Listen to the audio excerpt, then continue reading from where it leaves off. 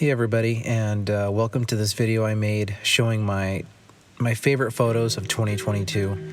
And I use different camera setups for all of these photos, and I'm going to try my best to remember what I used for which photo, just to kind of give you an idea.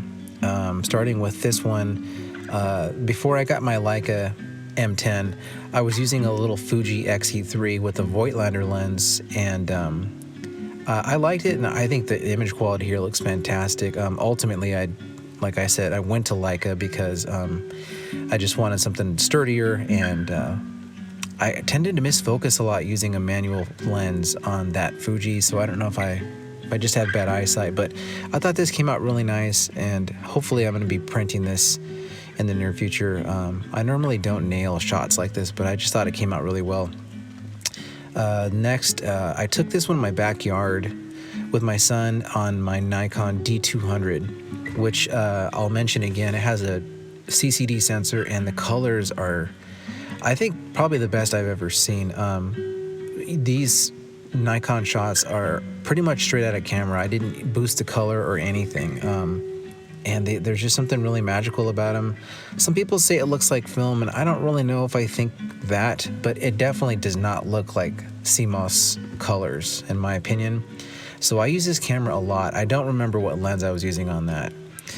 This is a shot I took with my Rolleiflex 3.5. This is out, it's kind of in the Mojave area going toward Las Vegas, and I actually had to leave the highway and kind of go through a little bit of desert to get this shot, and I just kind of got lucky. I just sort of saw it and I took it, and I just think it looks amazing. It's another one I'd like to print. I think the Rolleiflex can take some real nice black and whites, and it's just kind of fun to change up going from 35 to medium format. So I usually almost always have that camera on me. This is another photo I took with the D200, and again, I think just this tells you so plainly, the colors are just incredible. I couldn't get another camera to look like this, in my opinion. I didn't change anything, no exposure, I don't boost sharpness. This is just the way it comes out, and it's such a cheap camera. I think I used a 135 3.5, and this was in my backyard. Blue jays are kind of hard to catch, they're very fast, but definitely one of my favorite photos of the year, and hopefully you like it. This is a shot I got with my Leica M2 in San Francisco while we were visiting Alcatraz, and I don't know, I don't normally take shots like this. I don't even know why I did, but when I got it back, I just remember thinking wow, the contrast. I think this was Tri-X maybe, or HP5, but this is a Voigtlander lens, the 35 1.4, and I just think it looks so much like a scene from a movie, and that's kind of my goal when I take photos. Is I'm always trying to do that. I don't always succeed. And this is another one on the Leica M2, and we met this sweet lady at the nursery, and she just wanted to hold our kid, and she was 100 years old.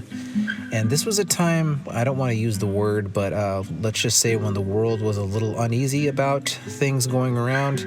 And my wife and I, it's kind of the first test of letting someone get that close to him. And we were nervous, but I mean, we couldn't turn her down. She was 100 years old, and she was really sweet. I think it really made her day, and it made a great photo. It's one of my favorites.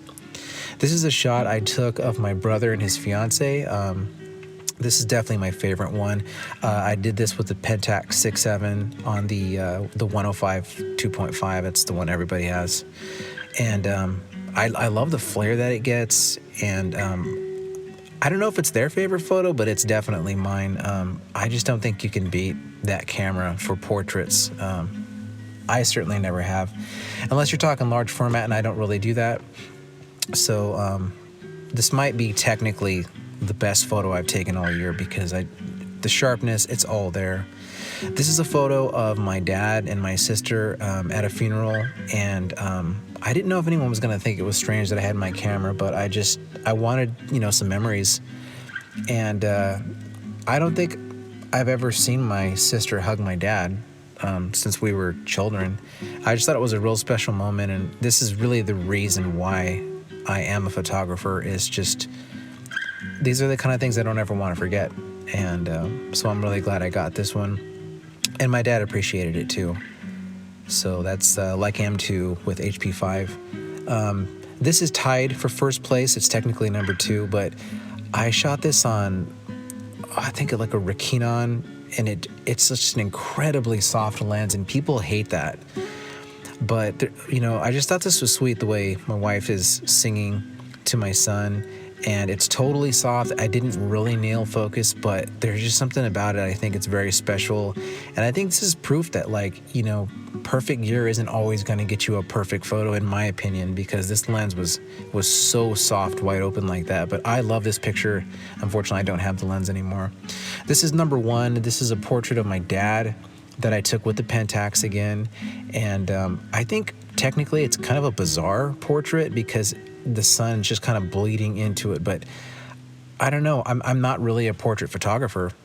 I was just kind of winging it, and when I got all of these photos back, this one just kind of struck me like, I think this is one of the best photos I've ever taken. And my dad, he doesn't like it. He thinks he looks old, but you know, oh well. So, but that's you know, kind of a rundown of my favorite photos of the year.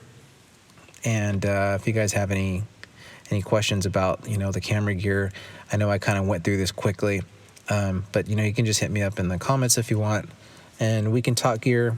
But I hope you guys get out there and go shoot this year, and hopefully I'll get a chance to do that as well.